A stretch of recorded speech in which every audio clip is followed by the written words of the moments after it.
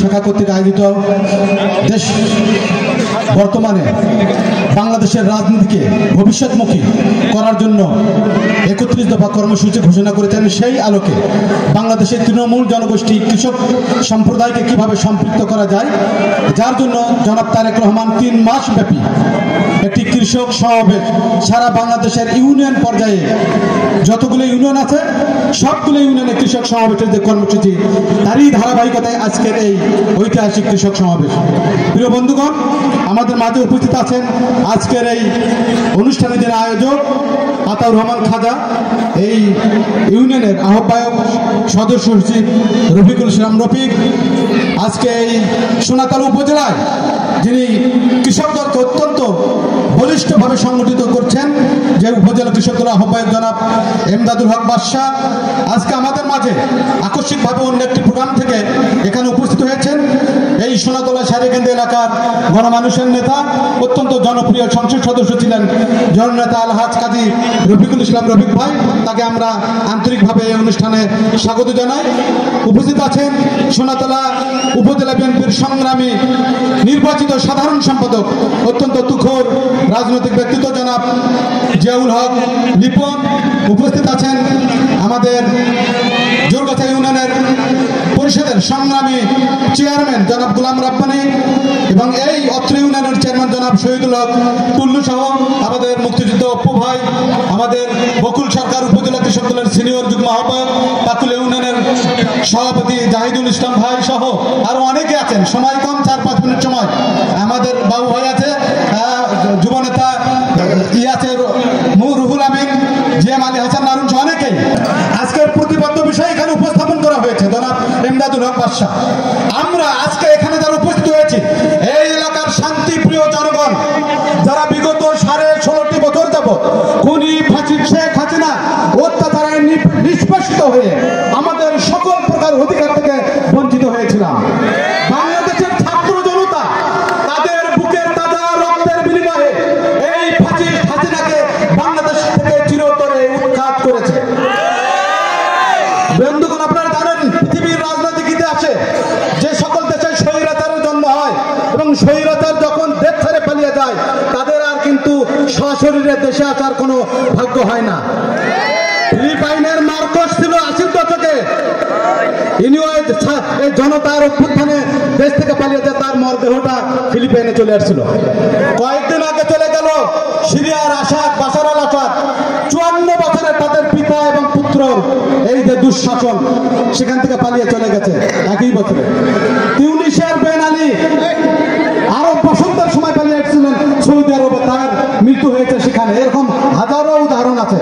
আজকে আমরা দেখছি এই পদলেহী খুনি ফাঁসির শেখ হাসিনার দোষর বিভিন্ন তারিখ দিচ্ছে, এই আসতেছে 9 তারিখ, 20 তারিখ, কিন্তু এবং সর্বশেষ আপনারা একটা ফেসবুক লাইভ দেখেছেন শেখ হাসিনা, সেখানে একটা কথা বলেছেন, আমি 21শে আগস্টে আল্লাহ আমাকে রক্ষা করলো, এরপরে 5ই আগস্টে রক্ষা করলো, নিশ্চয়ই আল্লাহ তাআলার কোনো উসিলা আছে আমার দ্বারা কোনো ভালো কাজ করাবে। তাহলে শেখ হাসিনার কি কাজটা অপেক্ষা করতে আপনারা জানেন? এটা আসলো 74 সালে, যারা ভূগোল বই পড়ছেন, সিকিম একটি স্বাধীন দেশ ছিল, ওখানকার এরকম একটি স্বৈরাচারী পদলেহী শাসক ছিল লেমদুব দর্জি। সেই লেমদুব দর্জি পার্লামেন্টে অধিবেশন ডেকে সিকিমকে ভারতের একটি অঙ্গরাজ্যে পরিণত করেছিল। শেখ হাসিনার মাত্র বাংলাদেশে একটি কাজ বাকি ছিল, ভারতকে সবকিছু দিয়ে দিয়েছেন উনি, শুধু বাংলাদেশকে পার্লামেন্টে বসে বাংলাদেশকে একটি ভারতের অঙ্গরাজ্য ঘোষণা, এই কাজটুকু উনি বাকি রেখেছিলেন। সেই কাজটি উনি বলেছেন। আজকে শহীদ রাষ্ট্রপতি জিয়াউর রহমানের 19শে জানুয়ারি গেল তার জন্মবার্ষিকী 89তম, যেখানে শেখ মুজিবুর রহমানের ব্যর্থতা, সেই ব্যর্থতার উপরে শহীদ রাষ্ট্রপতি জিয়াউর রহমানের সফলতা। শেখ মুজিবুর রহমান 72 থেকে 75 আমাদের স্বাধীনতার যে চেতনা মূল মন্ত্রকে পদদলিত করে, বাকশাল কায়েম করে, সংবাদপত্রের স্বাধীনতা হরণ করে, রক্ষী বাহিনীর তৈরি করে তার দ্বারা 30,000 রাজনৈতিক নেতা কর্মীকে হত্যা করেছিল, বিচার বিভাগের স্বাধীনতাকে পদদলিত করেছিল। কোন রাজনৈতিক দল ছিল না, এক দল, এক দেশ, এক নেতা আজীবন থাকবে। সেই ৭৫-এর ১৫ই আগস্ট বাংলার সূর্য সন্তানরা সেই ঐতিহাসিক যে একটি বিপ্লবের মাধ্যমে শেখ মুজিবের যে চিরতরে কবর রচনা করেছিল, তারপরেই বাংলাদেশে একজন পেশাদার সৈনিক যিনি ৭১ সালে যে শেখ মুজিবুর রহমান ব্রিফকেস ভরে গুছিয়ে রেখে পাক বাহিনীর কাছে আত্মসমর্পণ করেছিলেন, তার পুরো পরিবারের নিরাপত্তা নিশ্চিত করে পরিবারের জন্য মাসিক ১৫০০ টাকা ভাতা পাক বাহিনী থেকে ভাতা নিশ্চিত করে শেখ মুজিবুর রহমান পাক বাহিনীর কাছে আত্মসমর্পণে পাকিস্তানে চলে গেছিলেন। এই বাঙালি তখন দিশাহারা ছিল, তখন এক আকাশের বিদ্যুৎ চমকের মতন একটি বাণী কালুরঘাট থেকে জিয়াউর রহমান, আমি মেজর জিয়া বলছি, সে ৭১ সালে স্বাধীনতার ঘোষণা দিয়েছিলেন। সেই মহান নেতা আবার ৭৫ সালের ৭ই নভেম্বর সিপাহী জনতার বিপ্লবের মাধ্যমে বাংলাদেশকে রক্ষা করার জন্য ক্ষমতার মসনদে চলে এসেছিলেন। ধীরে ধীরে যেখানে শেখ মুজিবুর রহমান বাংলাদেশের গণতন্ত্রকে হত্যা করলেন, সেই জিয়াউর রহমান সেখানে বাংলাদেশের গণতন্ত্র দিলেন এবং আওয়ামী লীগ নামে যে নিষিদ্ধ দল জিয়াউর রহমানের কাছে আবেদন করে আবার নতুন ভাবে এই আওয়ামী লীগ রাজনৈতিক দলটি পুনর্জন্ম লাভ করে।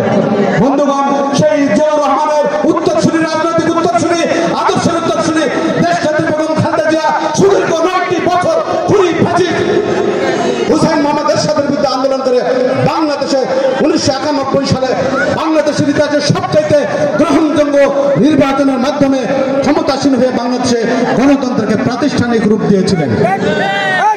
বাংলাদেশে কৃষকের জন্য, মানুষের জন্য, গণমানুষের জন্য সকল প্রকার ভালো কাজ দেশনেত্রী বেগম খালেদা জিয়া এবং আজকে আমরা বিএনপির ভারপ্রাপ্ত চেয়ারম্যান জননেতা তারেক রহমানের নেতৃত্বে বাংলাদেশ এগিয়ে যাচ্ছে।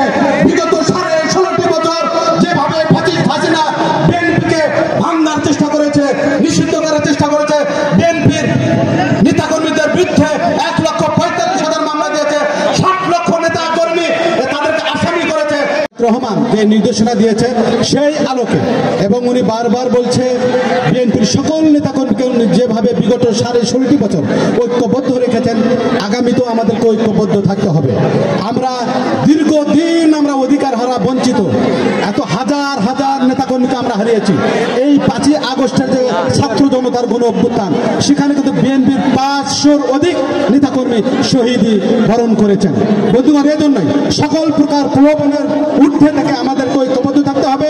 আগামী যে জাতীয় নির্বাচন অত্যন্ত কঠিন এবং অত্যন্ত সংকটময় মুহূর্তে একটি নির্বাচন হবে, সেই নির্বাচনে দেশনেত্রী বেগম খালেদা জিয়া, জনাব তারেক রহমানের মনোনীত প্রার্থী যাকে দেন তাকে নিয়ে আমরা ঐক্যবদ্ধভাবে কাজ করে ধানের শীষে বিজয় ছিনিয়ে আনবো, সেই লক্ষ্যে আমরা কাজ করে যাব। আর আজকে দেশনেত্রী বেগম খালেদা জিয়া শহীদ রাষ্ট্রপতি জিয়াউর রহমানের যে কনিষ্ঠ পুত্র জনাব আরাফাত রহমান কোকো, যিনি বিগত ফ্যাসিস্ট শেখ হাসিনার দ্বারা নির্যাতিত হয়ে দেশের বাইরে থাকতে বাধ্য হয়েছিলেন এবং অত্যন্ত সংকটময় মুহূর্তে উনি যেভাবে নির্যাতিত হয়েছিলেন, তারপরে অকালে প্রয়াণ হয়েছিল, তার আজকে মৃত্যুবার্ষিকী, তার জন্য আমরা দোয়া করবো এবং আগামীতে আপনারা এই দিকদায়ের ইউনিয়ন কৃষক দলের নেতৃত্বে ঐক্যবদ্ধ থেকে কৃষক দলকে সুসংগঠিত করবেন, সে আশাবাদ ব্যক্ত করে এবং আজকে আপনারা যেভাবে অনুষ্ঠানটিকে সাফল্যমণ্ডিত করলেন, আপনাদেরকে অন্তরস্থল থেকে ধন্যবাদ জানিয়ে, কৃতজ্ঞতা জানিয়ে আমার বক্তব্য এখানে শেষ করছি।